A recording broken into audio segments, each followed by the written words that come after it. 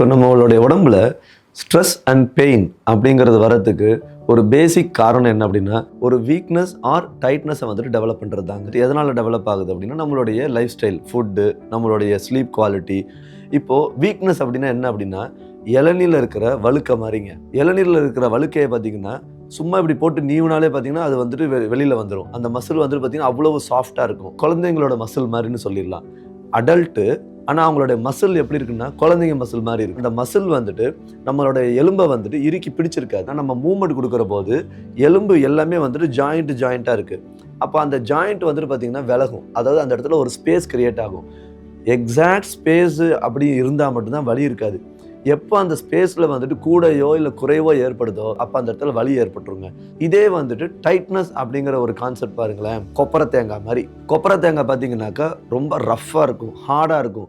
அதனுடைய ஓடும் அந்த கொப்பரை தேங்காயும் பார்த்தீங்கன்னா ஒட்டி இருக்காது, ரெண்டும் விலகி தான் இருக்கும். அங்கேயும் என்ன அப்படின்னாக்க மசில் வந்துட்டு வறட்சியாக இருக்குது.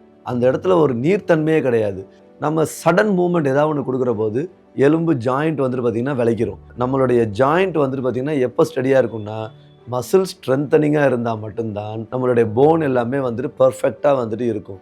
மசில் ஸ்ட்ரென்தனிங் இல்லை அப்படின்னா போன் ஜாயிண்ட் வந்துட்டு விளைக்கிறோம். நம்ம உடம்பு பார்த்திங்கன்னா வீக்னஸாகவும் இருக்கக்கூடாது, டைட்னஸாகவும் இருக்கக்கூடாது. நம்ம உடம்பு எப்படி இருக்கணும்னா ஸ்ட்ரென்தனிங்காக இருக்கணும்.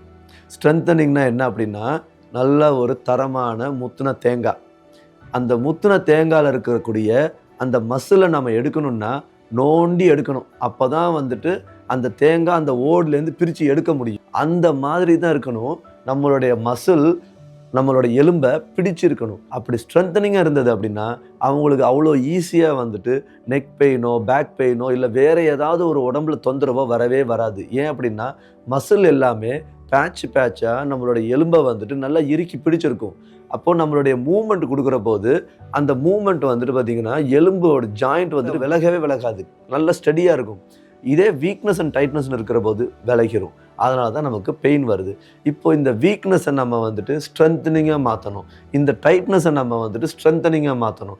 அது ஸ்ட்ரென்தனிங்காக மாற்றுறதுக்கு உண்டான பல நிலைகள் இருக்குது. முதல்ல ரெஸ்ட் அண்ட் ரிலாக்ஸேஷன், அதுக்கப்புறமா மொபிலிட்டி, அதுக்கப்புறமா மல்டி மொபிலிட்டி, அதுக்கப்புறமா தான் ஸ்ட்ரென்தனிங். நம்ம ஸ்ட்ரைட்டாக போயிட்டு ஸ்ட்ரென்தனிங் பண்ணிடும்ன்ட்டு போனோம் அப்படின்னாக்க நம்ம வந்துட்டு மறுபடியும் என்ன பண்ணுவோம்னா எங்கே ஆரம்பித்தோமோ அங்கேயே வந்து விழுந்துருவோம்.